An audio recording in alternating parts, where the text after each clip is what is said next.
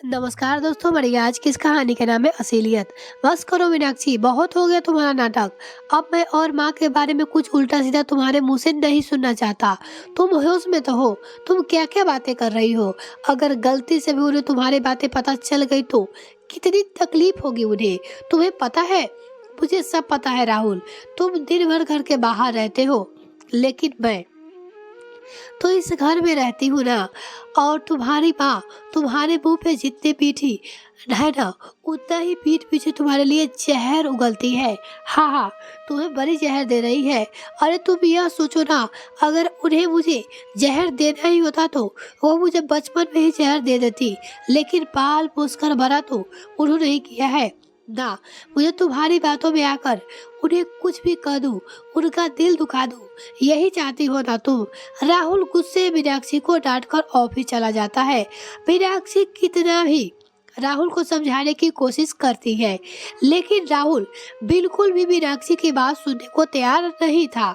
असल में मीनाक्षी अपनी सास निर्मला जी के बारे में राहुल को बता रही थी कि माँ जी तुम्हें बस इस्तेमाल कर रही है, तुमसे मीठा बोलकर तुम्हारे पैसे से घर के खर्च चलाती है। लेकिन यह बात राहुल को समझ में नहीं आती थी। मीनाक्षी जब भी राहुल को कहती, राहुल उल्टा उसे ही झिड़क देता। निर्मला जी एक ऐसी साते दिमाग की औरत थी। वो अपने खुद के बेटे राजू को कभी भी घर की कोई भी जिम्मेदारी नहीं देती। यहाँ तक कि आज तक राजू के घर के लिए एक मिर्च भी लेकर नहीं आया होगा। घर के सारे खर्चे निर्मला जी राहुल से ही करवाती थी। राजू की सैलरी का किसी को कुछ पता ही नहीं चलता, लेकिन वही राहुल की सैलरी जब भी आती तो सब्जी वाले का महीने का हिसाब, दूध वाले का हिसाब, बिजली का, राशन का और जो भी छोटे मोटे खर्चे होते सब लेकर आधी से ज्यादा तनख्वाह तो उसकी तुरंत ही खत्म हो जाती थी। और आधी बची तनख्वाह से निर्मला जी बड़े ही प्यार से राहुल से बोलकर अपने लिए हर महीने कुछ पैसे जमा करवाती थी। ले देकर हालत यह थी कि राहुल की सारी तनख्वाह का पूरा हिसाब किताब निर्मला जी के पास था। और वही मीनाक्षी अगर अपने लिए कभी राहुल से कुछ भी मंगवाना चाहे तो राहुल के पास इतने पैसे भी नहीं बचते थे कि वह भी मीनाक्षी के लिए कुछ लाकर दे सके, क्योंकि राहुल वैसे भी बहुत ही आदर्शवादी बेटा था। असल में राहुल 8 साल का था तभी उसके माँ पापा एक एक्सीडेंट में गुजर गए थे, तो निर्मला जी ने ही राहुल को अपने पास रखा था। बस उसी का फायदा निर्मला जी उठा रही थी। और राहुल भी सीधा साधा वह निर्मला जी को अपनी माँ मानता था। यहाँ तक कि जब राहुल की शादी हुई तो मीनाक्षी को भी उसने साफ साफ बोल दिया था कि वह कभी गलती से विवाह का दिल ना दुखाएगी। अगर वह ना होती तो मैं आज कहाँ होता मुझे खुद नहीं पता। मीनाक्षी बेचारी नई नई आई थी, अभी उसे कुछ निर्मला जी के बारे में नहीं पता था। जैसा राहुल बोलता गया वो वैसा ही करती गई। निर्मला जी को अपनी सास की तरह ही मानती रही। लेकिन मीनाक्षी को बुद्धि तब खुली जब खुद निर्मला जी के बेटे राजू की शादी होती है और उनकी बहू आती है। खुद के साथ का बर्ताव और अपनी बहू के साथ का बर्ताव देख मीनाक्षी हैरान हो जाती है। दोनों ही बहू के साथ निर्मला जी के बर्ताव में जमीन आसमान का अंतर था। जहाँ वह मीनाक्षी को घर के कामों में बिजी रखती थी, वो घर का सारा हिसाब किताब, राशन पानी, खाना, किचन सब कुछ उसके जिम्मे था। वही राजू की पत्नी रितु के जिम्मे एक भी काम नहीं था। वो बस छोटी होने का फायदा उठाती, मुंह में आता कुछ भी करती, मूड में आता नहीं करती। अरे कैसे, आखिर कोई बोलने वाला था नहीं, किसी का डर था नहीं। निर्मला जी ने उसे वैसे भी सर पे चढ़ा रखा था। निर्मला जी उसे कभी कोई काम देती ही नहीं थी। अगर उन्हें कभी एक गिलास पानी भी चाहिए होता तो बस मीनाक्षी को बुलाती। उनके मुंह पे बस मीनाक्षी का ही नाम रहता था। मीनाक्षी अगर लाख का काम करती रहे तो भी उठकर उसे निर्मला जी के पास जाना ही पड़ता था। निर्मला जी का पूरा काम उसके टाइम पे, खाना पानी चाय, उसकी साड़ियाँ धुलना सब कुछ मीनाक्षी के ही जिम्मे था। जब तक रितु नहीं आई थी तब तक तो मीनाक्षी घर का सारा काम अपना फर्ज समझकर करती रही। लेकिन ये सारे नियम ऋतु के ऊपर भी तो लागू होते हैं ना। खुद के साथ का बर्ताव और ऋतु के साथ का बर्ताव देखकर मीनाक्षी के मन में कहीं न कहीं आने लगा कि माँ जी उसे बस फोकट की नौकर ही समझ के रखी है। उनके दिल में अगर राहुल के लिए और मेरे लिए थोड़े भी प्यार होता तो मैं पूरे दिन इस घर में काम करती रहती हूँ। वो कभी भी ऋतु को मेरी मदद के लिए नहीं भेजती और ना ही पूरे दिन काम करते करते ही देख मुझे कभी भी कहती कि जाकर थोड़ा आराम कर लो, थक गई होगी। अपने में और पराये में यही अंतर होता है। बैठे बिठाए निर्मला जी को घर के कामों के लिए एक नौकरानी मिल गई थी मीनाक्षी के ऊपर और घर के मीनाक्षी के रूप में, और घर के खर्च चलाने के लिए अच्छा खासा राहुल ही था। निर्मला जी अपने बेटे राजू की सैलरी जैसे ही हर महीने आती वो बहू बेटे के नाम जमा करवा देते और खुद के नाम से पैसे राहुल से जमा करवाती। मतलब उनके बेटे और बहू और खुद के नाम के पैसे जमा होते थे हर महीने उस घर में, लेकिन 1 रुपया कभी भी राहुल के नाम से जमा हुआ ही नहीं, ना ही कभी मीनाक्षी के नाम से जमा हुआ, जिसकी भनक मीनाक्षी को लग गई थी। मीनाक्षी समझ गई थी कि निर्मला जी की सारी हरकतों की कैसे निर्मला जी उन दोनों को यूज कर रही है अपने मतलब के लिए। कई बार वो इसके बारे में राहुल से बात भी करना चाही, लेकिन राहुल तो जैसे कुछ सुनने को तैयार ही नहीं था। अभी 2 दिन पहले ही मीनाक्षी ने राहुल से कहा था, राहुल बहन की शादी पड़ी है, तुम्हें तो पता है ना, मुझे शादी में पहनने के लिए साड़ी चाहिए।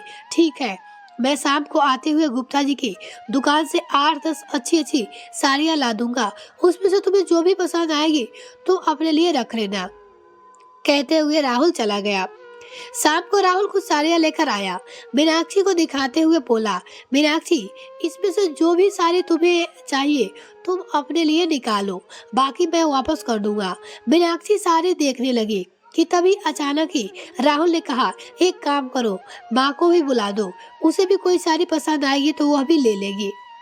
मीनाक्षी मना करती रही, लेकिन फिर भी राहुल तुरंत जाकर निर्मला जी को बुला लाता है। माँ देखो साड़ियाँ अच्छी है ना, इसमें से तुम्हें अगर कोई अच्छी साड़ी लग रही है तो तुम अपने लिए ले लो। मुस्कुराते हुए निर्मला जी साड़ी देखने लगी, तभी एक साड़ी उठाकर कहती है, यह साड़ी तो बहुत ही अच्छी लग रही है। हाँ तो ले लो ना अगर तुम्हें अच्छी लग रही है तो। राहुल अपनी माँ से कहता है, अरे नहीं नहीं बेटा, मेरे कहने का मतलब है कि यह साड़ी ऋतु के ऊपर अच्छी लगेगी। मीनाक्षी निर्मला जी को देखने लगती है, कितनी शातिर औरत है यह, खुद की साड़ी पसंद करने आई और बहू के लिए पसंद करते जा रही है। मतलब मैं अपने लिए अगर एक साड़ी लूँ तो उससे पहले मुझे 2 साड़ियाँ और लेनी पड़ेगी, तब तो जाकर मैं खुद के लिए एक साड़ी ले पाऊंगी। उसे राहुल के ऊपर ही गुस्सा आ रहा था, लेकिन वह मजबूर थी अपने पति के आगे, और निर्मला जी ने मीठा मीठा बोलकर एक महंगी साड़ी खुद के लिए और एक अपनी बहू के लिए भी ले ली। जैसे ही सब लोग कमरे से बाहर गए, मीनाक्षी राहुल के ऊपर गुस्सा होते हुए बोली, क्या जरूरत थी, इससे अच्छा तो मैं बिना साड़ी के ही चली जाती तो वही पहन लेती। मैं इस घर में अपने लिए कभी एक साड़ी भी नहीं खरीद सकती हूँ। अगर एक साड़ी मुझे चाहिए तो पहले पूरे घर वालों को साड़ी दो, इसके बाद मैं खुद के लिए लूंगी। राजू कभी कुछ भी लेकर आता तो ऋतु के लिए तो मेरे लिए लाता है क्या? यह सब चीज आपको दिखाई नहीं देती है? कोई भी चीज लाकर मुझे धीरे से नहीं दे सकते हो, हर चीज माँ को दिखाना जरूरी होता है। देखो मीनाक्षी, तुम्हें मैं अच्छी तरह से समझा रहा हूँ, यह तुम्हारा जलन है ना, परिवार तोड़ने वाला, तुम परिवार लेकर चलने वाले नहीं हो। राहुल, ताली दोनों हाथों से बजती है, एक हाथों से ताली कभी नहीं बजाई जा सकती है। अगर परिवार वाली बात होती तो यह चीज दोनों तरफ लागू होती। एक तरफ राजू क्या क्या लाकर ऋतु को देता है, किसी को कानों कान खबर नहीं होती, और एक तरफ तुम हो, अगर मेरे लिए एक ब्लाउज का पीस भी लेकर आओगी तो पूरे घर में ढिढोरा पीस देते हो। मीनाक्षी, तुम लड़ने के मूड में हो, मैं सब समझता हूँ। कहते हुए एक बार फिर गुस्सा होकर राहुल चला जाता है। छोटी छोटी बातों को लेकर राहुल और मीनाक्षी में आए दिन झगड़ा होते ही रहते थे। राहुल कभी मीनाक्षी को समझने की कोशिश नहीं करता और मीनाक्षी निर्मला जी की हरकतें देखकर चिढ़ के रह जाती। मीनाक्षी की बहन की शादी कुछ दिन बाद थी। वह मायके जाने की तैयारी कर ही रही थी कि लेकिन जब भी उसे कोई सामान चाहिए होता तो उसने कहीं न कहीं से निर्मला जी अपनी भागीदारी बना ही लेती थी। आज मीनाक्षी ने राहुल से अपने लिए एक पायल लाने के लिए बोला था, लेकिन पता नहीं राहुल ने या कैसे यह बात निर्मला जी के कान में पड़ गई थी। राहुल आज सुनार की दुकान पे जाएगा मीनाक्षी के लिए पायल लेने।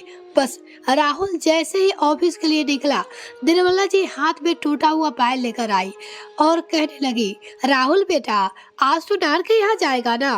मीनाक्षी हैरान होकर निर्मला जी को देखने लगी और सोचने लगी, इन्हें कैसे पता चल गया? मैं तो बस राहुल से ही बोला था, क्या राहुल ने बता दिया? वो राहुल को देखने लगी। राहुल ने कहा, हाँ जाना तो है, बताओ कुछ काम था? हाँ बेटा, मैं कह रही थी देखो 4 साल से यही एक पायल पहन रही हूँ, 4 बार टूट चुकी है, इसे फिर से जुड़वा देना। क्या माँ, एक ही पायल बार बार जुड़वा के पहनोगी? छोड़ो, मैं तुम्हारे लिए एक नया दिला दूंगी। ठीक है बेटा, जब तुम कह रहे हो तो नया दिला देना, लेकिन ये ऋतु के पायल टूटे हुए हैं, इन दिनों को देखकर एक मजबूत पायल बनवा देना। अगर थोड़ी बहुत पैसे लग जाएंगे तो बता देना, मैं राजू से दिलवा दूंगी। अरे माँ, कैसी बातें कर रही हो? राजू पैसे दे या मैं दूं, बात तो एक ही न है। मुझसे पैसे की बात मत किया करो, बस काम बताया करो। राहुल तो चला गया, लेकिन इस बार मीनाक्षी बहुत ही बुरी तरह से चिढ़ गई थी। वो जितना ही निर्मला जी के बारे में सोचती निर्मला जी उतना ही ज्यादा शैतान दिमाग ही निकलती। राहुल तो चला गया, लेकिन मीनाक्षी को अपनी ओर ऐसे घूरते हुए देख निर्मला जी ने कहा, अरे तू क्यों हो रही हो? खा जाएगी क्या मुझे? क्या तेरे पास ही पहनने को पायल हमारे पास नहीं है? और एक पायल ला देगा तो उसमें तेरा इतना मुंह क्यों बन रहा है? कौन सा लाखों का लेगा पायल? इसके मैंने बड़ा किया है पाल पोस कर उसे इतना तो कर ही सकता है वो। जाकर मेरे लिए चाय बना के ला दो, आजकल तेरे भी बहुत ही पर निकल गए हैं। कहते हुए निर्मला सीधे अपने बहू के कमरे में घुस जाती है।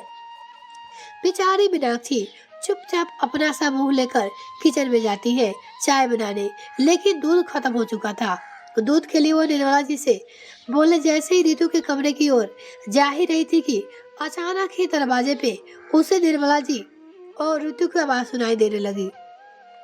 ऋतु कह रही थी, माँ जी, मैंने रानी हार के बारे में बहुत ही सुना है, मुझे भी एक रानी हार बनवा दीजिए ना। अरे बहू, तू रानी हार बनवा ले या राजा हार बनवा ले, 2 महीने के पैसे इकट्ठा करेगी तो तेरा रानी हार बन जाएगा। कौन सी बड़ी बात है? देखो, तुम लोगों के लिए तो मैं कभी भी राजू के ऊपर ही घर की कोई भी जिम्मेदारी नहीं डाली। आज तक उसे घर के लिए एक पैकेट नमक भी नहीं मंगवाया, और अब चाहे तो पैसे बैंक में रखो या गहने बनवाओ, बात तो एक ही है। यह सब कुछ तो मैं तुम लोगों के लिए ही तो कर रही हूँ। सास की बात सुन रितु तो खुश हो जाती है, लेकिन मीनाक्षी अभी तक वह सब कुछ समझ चुकी थी। लेकिन आज निर्मला जी के मुंह से सुनकर अब उसे पूरा यकीन हो गया था। निर्मला जी उसे और राहुल को इस्तेमाल कर रही थी, इसलिए आज मीनाक्षी ने भी तय कर लिया था, चाहे कुछ भी हो जाए राहुल को तो इनकी असलियत दिखाना ही पड़ेगा। उसके लिए चाहे मुझे कुछ भी करना पड़े, लाख राहुल की गालियां ही सुननी पड़े। और बस यही बात जो थी, राहुल आज भी मीनाक्षी से लड़ते हुए घर से निकल गया था। वह मीनाक्षी की एक बात भी सुनने को तैयार नहीं था, लेकिन आज मीनाक्षी ने तय करके बैठी थी कि जैसे ही राहुल शाम को घर आएगा, आज या तो वह मेरी बात सुनेगा या सच में मैं राहुल को छोड़कर चली जाऊंगी। और शाम को जैसे ही राहुल घर आता है, मीनाक्षी ने उसे सारी बातें बताई। हर बार की तरह राहुल ने इस बार भी मीनाक्षी को डांट दिया, लेकिन इस बार मीनाक्षी ने भी जिद पकड़ ली। राहुल, यह बार बार का बहुत हो गया है, बस एक बार मेरी बात मान लो। अगर मैं गलत निकल गई तो मैं तुम्हारी कसम खाकर कहती हूँ, मैं पूरी जिंदगी गुलामी लिख दूंगी माँ जी के नाम। जो कहोगे वो करूंगी, और आज के बाद कभी भी माँ जी को तुम्हें कुछ भी नहीं कहूंगी। बस एक बार घर की शांति के लिए ही बस एक बार मेरी बात मान लो। राहुल को भी लगा कि रोज रोज के झगड़े से अच्छा है कि कम से कम एक बार मीनाक्षी की बात मान ले, ताकि आगे से फिर कभी मीनाक्षी के घर पे कलेश न बचाए। मीनाक्षी ने राहुल को जो करने के लिए कहा, राहुल बिल्कुल भी उसके लिए तैयार नहीं हुआ, क्योंकि उसके लिए उसे पूरे 1 महीने की छुट्टी लेनी थी। लेकिन मीनाक्षी भी अपनी जिद पे अड़ गई। थोड़े से नुकसान से अगर बड़े बड़े नुकसान होने से बच जाए तो उसमें कोई बुराई नहीं है। घर का कलेश और औरतों की रोज रोज की किचकिच से तंग आकर राहुल अगले ही दिन ऑफिस से आते हुए अपने दोनों पैरों पे और एक हाथ में प्लास्टर लगवा कर आ गया। सर पे पट्टी देखते ऐसा लग रहा था कि मानो राहुल की बुरी तरह से एक्सीडेंट हुआ है। राहुल की ऐसी हालत में देख मीनाक्षी रोने लगती है और निर्मला जी परेशान हो जाते हैं। पूरे परिवार परेशान हो जाता है। 1 हफ्ते तक तो सब कुछ सही रहा, लेकिन 1 हफ्ते बाद राहुल ने निर्मला जी से कहा, माँ मेरी नौकरी चली गई है, क्योंकि डॉक्टर ने कहा है कि मुझे खड़ा होने में टाइम लगेगा। 4 महीना, 5 महीना या फिर कितना, यह बता नहीं सकते, क्योंकि मेरे पैरों की हड्डियां पूरी तरह से टूट चुकी है और ऑफिस वालों ने छुट्टियां नहीं दी है, मुझे नौकरी से निकाल दिया है। निर्मला जी कुछ समझ भी नहीं पाई और वह राहुल की बातों से चिढ़ने लगी थी, क्योंकि राहुल अब उसकी नजरों में निकम्मा हो गया था, किसी काम का नहीं था। उस घर में एक बोझ जैसा राहुल भी दिन भर बेड पे ही पड़ा रहता। मीनाक्षी राहुल को टाइम टाइम पे चाय पानी खाना देती रहती। राहुल दवाई खा रहा था, नहीं खा रहा था, इसकी चिंता भी किसे थी। दिखाने के लिए कुछ दवाइयाँ के पैकेट थे, लेकिन धीरे धीरे 10 दिन ही बीते थे कि राहुल खुद ही निर्मला जी के बदलाव देखने लगा। अब वो जब भी निर्मला जी को अपने पास बैठने के लिए बुलाता, निर्मला जी चिढ़ जाती। क्या दिन भर बुलाते रहते हो, काम ही है तो मुझे दिन भर तुम्हारे पास बैठी रहूं। तुम्हारी पत्नी कर रही है ना तुम्हारी सेवा, बैठे बैठे खाना ही तो है, अब खाओ। अपनी माँ के मुंह से अपने लिए ऐसी बातें सुन राहुल हैरान था। वो समझ नहीं पा रहा था कि अचानक से माँ में इतना बदलाव कैसे आ गया। क्या सच में जो मीनाक्षी कह रही थी वो सही था? क्या सच में यह बस मुझे इस्तेमाल कर रही थी? इसके चक्कर में मैंने कभी मीनाक्षी की बातें नहीं सुनी, कभी मैंने अपने लिए एक ऊपर जोर कर नहीं खाया। आज तो मैं नाटक कर रहा हूँ, लेकिन अगर सच में मुझे कुछ हो गया होता तो यह तो ऐसे ही मेरे साथ रहते, मेरे साथ साथ मीनाक्षी की जिंदगी भी और बर्बाद रहती। क्योंकि राहुल देख रहा था कि जब से वो बाहर जाने लायक नहीं रहा, ना कुछ सामान लाने लायक रह गया है, तब उन्हें उसके आगे खाना भी बड़ा अजीब सा आता था। नॉर्मली जो दाल चावल रोटी सब्जी होते वही उसको मिलती थी, बाकी रोज थैली में कुछ न कुछ लेकर राजू आता था। जब मीनाक्षी राहुल को खाना दे देती और निर्मला जी को खाने के लिए पूछती तो निर्मला जी कहती, बहू तुम अपना खाना निकाल कर रख लो, मेरा भी मूड नहीं है। जो मेरा मूड होगा तो मैं रितु को बोल दूंगी, वह मेरा खाना निकाल देगी। यही जवाब मिलता मीनाक्षी को। मीनाक्षी भी अपना खाना लेकर खा लेती। इसके बाद शुरू होता रितु का किचन में दाल फ्राई करना, बनाई हुई सब्जियों को फ्राई करना, सलाद काटना, रायता बनाना, मतलब पूरा विधि से खाना बनाकर फिर रितु अपने लिए, अपने पति के लिए और अपनी सास के लिए लेकर अपने कमरे में घुस जाती बनाने के बाद, और तीनों ही अपने कमरे में बैठकर आराम से खाना खाते रहते। बेचारी मीनाक्षी राहुल को लेकर अपने कमरे में ही पड़ी रहती। मीनाक्षी जब खाना बनाने जाती तो सब्जियां लाने की जिम्मेदारी राजू के ऊपर थी, तो वो उतना ही लाता जितना उसे कहा जाता था, जिसमें से निर्मला जी कुछ सब्जियां निकाल कर रख लेती। बेचारी मीनाक्षी को जो भी मिलता वही बना देती। राहुल को सब्जी खाने के पहले जैसा टेस्ट नहीं आ रहा था। राहुल सब कुछ देख रहा था कि कैसे उन दोनों के खाने के बाद रितु कमरे से बाहर निकलकर आती है, अच्छे खाने पे तड़के लगाकर लेकर जाती है। अब उसे मीनाक्षी की बातों का विश्वास होने लगा था कि सच में माँ बस इस्तेमाल कर रही थी। उसमें मीनाक्षी ने कहा, मीनाक्षी मुझे माफ कर दो, तुमने सही कहा था, मैं पूरे दिन घर के बाहर रहता हूँ, शाम को आता था तो प्यारी सी मीठी बोल मुझे सुनने को मिलती थी, मुझे लगता था सब कुछ सही है, लेकिन मैं भूल गया था कि घर में दिन भर तुम रहती हो। तुम्हारे साथ यही व्यवहार था सबका आज। अगर मैं अपने जिद में आकर तुम्हारी बात मानने को तैयार नहीं होता तो यह सारी असलियत तो मेरे सामने नहीं आती। जिस परिवार को मैं जी जान से ज्यादा माना था, जिस परिवार के खातिर मैंने पैसों की कोई कदर नहीं की, उनके आंखें बंद करके उन पे विश्वास करता रहा, आंखें बंद करके पैसा लुटाता रहा। आज कुछ ही दिनों में इन्होंने अपनी सारी असलियत मुझे दिखा ही दी। अब तुम बताओ मैं आगे क्या करूं, क्योंकि मैं तो सुन हो चुका हूँ। माँ से बातें करूं क्या? नहीं राहुल, आपको क्या लगता है हम माँ से बातें करेंगे तो माँ जी बात मान जाएंगे? अगर उसके मन में आपके लिए थोड़ा ही प्यार होता तो हमदर्दी होती तो हमारी यह टटोकी वो भी कभी नहीं करती। बस आप समझ गए, इससे ज्यादा मुझे और कुछ नहीं चाहिए। बिना कोई कलेश किए आप बस सीधे सीधे ऐसे ही हालत में अपना और बंटवारा करवा लीजिए, क्योंकि अगर आप उनके सामने और पैर पे आ गए तो वो कभी नहीं चाहेंगे कि इस घर का बंटवारा हो, या फिर से अपनी चिकनी चिकनी बातों से आपको फंसा लेंगे और फिर से आपका इस्तेमाल शुरू कर देंगे, जो मैं नहीं चाहती। लेकिन मीनाक्षी इतनी जल्दी बंटवारे के लिए माँ को तैयार नहीं होगी ना। इतनी जल्दी वो यह सब चीज नहीं करेगी। हम सब कुछ ज्यादा तो नहीं कर रहे हैं ना, आप एक बार तो करो। मीनाक्षी के कहने पे राहुल ने निर्मला जी से बात की। राहुल को बोलते पास निर्मला जी ने तुरंत ही बंटवारे के लिए तैयार हो गई। अब 2-4 दिन के अंदर पे ही सब कुछ बट गया था। घर, खेत, रिश्ते, सब कुछ। राहुल को तकलीफ तो बहुत हुई। जिस माँ ने वही अपनी माँ से बढ़कर मानता था, उस माँ ने राहुल को छोड़ने में 1 मिनट की भी देरी नहीं लगाई। तुरंत बंटवारा कर ली। बंटवारे के समय टूट चुका था। वह बंटवारे का दुख राहुल के चेहरे पे साफ साफ झलक रहा था, लेकिन निर्मला जी और राजू के चेहरे पे रत्ती भर भी नहीं थी। उस रात राहुल और मीनाक्षी दोनों ने खाना नहीं खाया, लेकिन राहुल के घर राजू, रितु और निर्मला जी के बड़े ही खुशी खुशी पकवान बनाए पूरी रात। न राहुल सो पाया और न ही मीनाक्षी। अगले दिन बहुत ही सोचने के बाद राहुल ने अपनी सारी पटिया काट कर निकाल दी और तैयार होकर ऑफिस जाने लगा। राहुल को अचानक सही सलामत ऑफिस जाता हुआ देख निर्मला जी तैयार हैरान थी।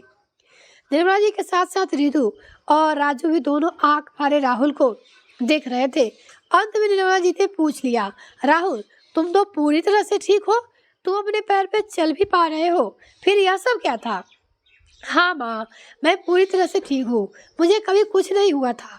यह तो मीनाक्षी के कहने पे मैं बस नाटक किया था, ताकि आप लोगों की असलियत देख सकूं, और आप लोगों ने अपनी असलियत भी दिखा दी। आज तो मेरा यह नाटक था, लेकिन अगर सच में मेरे साथ ऐसा हो गया होता तो मेरी तो जिंदगी बर्बाद ही थी, क्योंकि आप लोगों का जो व्यवहार था वह मेरे लिए बहुत ही असहनीय थे।